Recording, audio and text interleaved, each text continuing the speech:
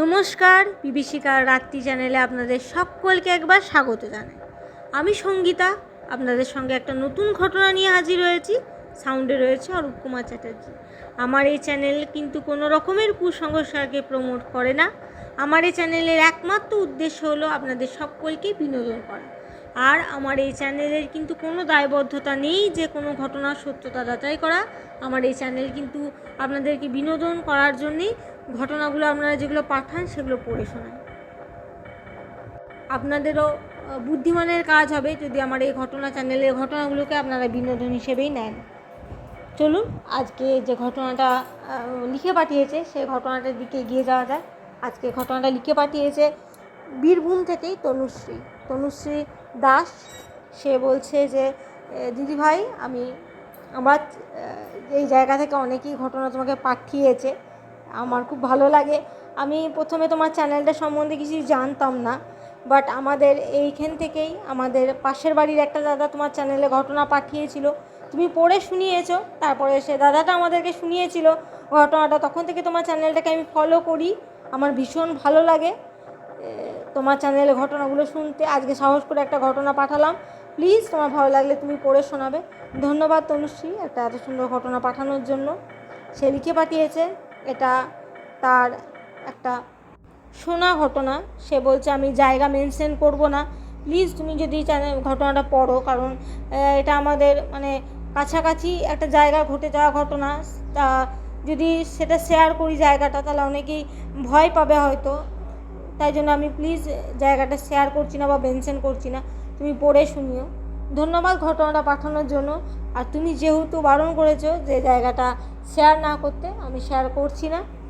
যাই হোক, ঘটনাটা আপনাদের সঙ্গে শেয়ার করছি বন্ধুরা, আপনারা ঘটনাটা শুনুন। সে বলেছে যে আমাদের এখানে একটা পরিত্যক্ত বাড়ি রয়েছে, বহুদিনের পুরনো বাড়ি। তা এই ঘটনাটা সেই বাড়িটাকে ঘিরেই একটা ঘটে যাওয়া ঘটনা। তা তখন আমার বাবা কাকা এরা সব ছোট ছোট ছেলে ছিল। তা এটা অনেক দিন আগেকার ঘটে যাওয়া ঘটনা, আমরা শুনেছি, জাস্ট আমরা কোনো দিন দেখিনি ঘটনাটা সচক্ষে, তাই বললাম আর কি।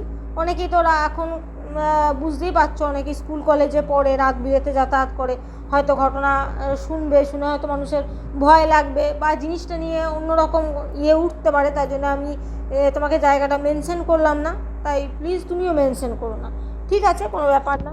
ঘটনাটাই যাওয়া যাক।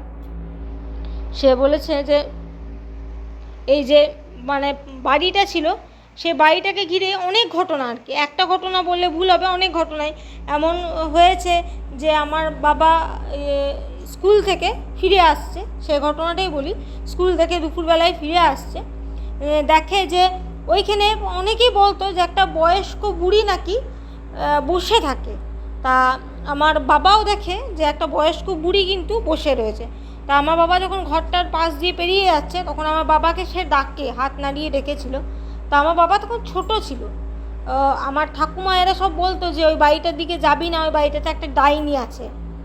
এই জিনিসটা আর কি পুরো গ্রামটা জুড়ে আর কি প্রচলন ছিল যে ওই বাড়িটার মধ্যে একটা ডাইনি আছে, ডাইনি ভূত। তা সে ডাকলে পরে সে নাকি সবাইকে ডাকে, তার কাছে যাওয়া বারণ আছে। এই জিনিসটা সকলেই জানতো, বাট আমার বাবা জানলেও যখন আমার বাবা দেখে যে ডাকছে, আমার বাবা ওসব কিছু তোয়াক্কা করেনি, ছোটও ছিল, বাবা বুঝতে পারেনি, বাবা কিন্তু চলে যায় সেখানে।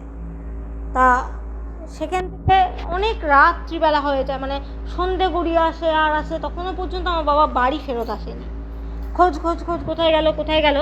তারপরে কেউ তো ওখানে কোনো দিন যেত না, বাড়িটা একদম ওর বাড়িটার মাঠের ধারে, আর বাড়িটার ধারে কাছেও কোনো বাড়ি নেই আর কি, একদম যাই হোক শেষ প্রান্তে একদম বাড়ি। তো বাড়িটা যখন চারদিকে খোঁজাখুঁজি হয়ে গেছে, কোথাও পায়নি, তখন ওই দিক থেকে একটা লোক সাইকেলে করে আসছিল। সে এসে পরে বলে যে কী হয়েছে এখানে, না তখন বলে যে একটা ছোটো বাচ্চা ছেলে এরকম হারিয়ে গেছে, স্কুল থেকে আসার পর আর বাড়ি ফেরেনি, তা ওকে পাওয়া যাচ্ছে না। তখন বলে যে না, এরকম একটা বাচ্চা ছেলেকে আমি ওই ভাঙা বাড়িটার পাশে দরজায় বসে বসে কাঁদতে দেখলাম। নিয়ে বলছে কি যে তাহলে চল দেখি গা, তোর ছেলে নাকি, আমার দাদুর নাম ছিল ধনু ছেলে নাকি, চল দেখি গা। তখন গিয়ে পড়ে দেখে যে হ্যাঁ, আমার বাবাই ওখানে বসে বসে কিন্তু কান্নাকাটি করছে। তা আমার ঠাকুমা তখন আর কি বাবাকে বাড়ি নিয়ে আসে, ঠাকুমা বাকি সবাই বাড়িতে নিয়ে আসে। আর আমার দাদুর শরীরে মানে প্রচণ্ড ধুম জ্বর আর কি। সে জ্বর মানে এত সাংঘাতিক জ্বর যে মানে ওষুধ মানে পত্র কোনো কিছু দিলেই কিন্তু ছাড়ছিল না, 3-4 দিন হয়ে গিয়েছিল। তা তখন সবাই বলে যে ওই বাড়ি থেকে যখন ফিরে এসেছে এ মনে হয় এ সাধারণ জ্বর নয়, এ মনে হয় ডাইনিটারই কোনো কাজ আছে, ওই কোনো কিছু করেছে তাই জন্য ওর শরীরে এরকম জ্বর এসেছে। তুমি যদি সঠিক সময় সঠিক কাজ না করো তাহলে কিন্তু ওকে বাঁচানো যাবে না। তা তখন মানে যারা সেই আমাদের এখানে আগেকার দিনে ছিল গুণিন, তারপরে ওঝা, এরকম ধরনের ছিল, সে ওঝা ডাকা হয়। ডেকে পড়ে আমার বাবাকে যখন সে দেখে মানে যখন সে ঝাড়ে তখন সে বলে যে ও শরীরে মানে রক্ত চুষে খেয়েছে, আর ও শরীরে দাঁতেরও দাগ আছে, তোমরা দেখো ও শরীরে কোনো দাগ পাও কিনা, দাঁতে কামড়ানোর কোনো দাগ পাও কিনা, দাঁত দিয়েও শরীরে রক্ত চুষে খেয়েছে। তা মানে আমার ঠাকুমা বলে যে হ্যাঁ, কোমরের কাছে 4টে দাঁত বসানো ছিল, মানে যেমন সে কুকুর কামড়ালে যেমন দাঁত বসে যায় ওরকম দাঁত বসানো ছিল, 4টে দাঁত বসানো ছিল। আর আমার বাবার নাকি শরীরটা পুরো নীল হয়ে গেছিলো, যেন দেখে মনে হচ্ছিল শরীরে একদম রক্ত নেই, আর সেই রকম জ্বর, ভীষণ জ্বর এসেছিল। যাই হোক, তারপর সে নাকি ঝেড়ে ঝুড়ে দিয়ে চলে যায়।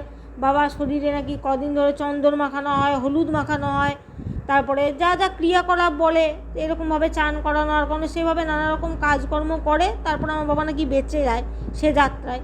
বাট তারপর থেকে আমার বাবার সঙ্গে যখন এই ঘটনাটা ঘটে গিয়েছিল তারপর থেকে ওই মানে বাড়িটাকে মানে ইয়ে দিয়ে মানে ওই তান্ত্রিক দিয়ে আর কি বাড়িটাকে পুরো বেঁধে দেওয়া হয়েছিল। আর ওই বাড়িটার দিকে আর কেউ কোনো দিন কোনো কাকপক্ষীও যেতে দেখা হয়নি।